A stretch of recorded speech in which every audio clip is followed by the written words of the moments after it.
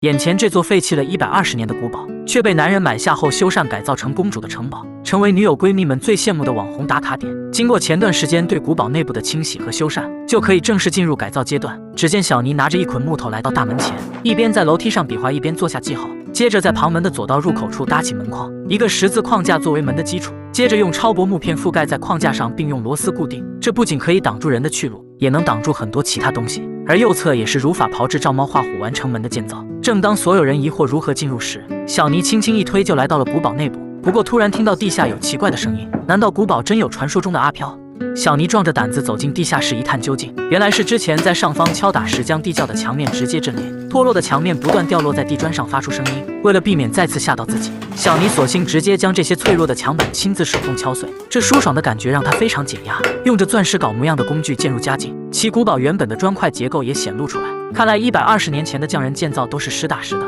此外还在深处发现一道暗门，打算之后好好探索一番。不过大量的建筑垃圾还需要运送出地窖，为此还特意在台阶上放一块木板作为斜坡，就是这小小轮胎独轮车差点就要顶不住了。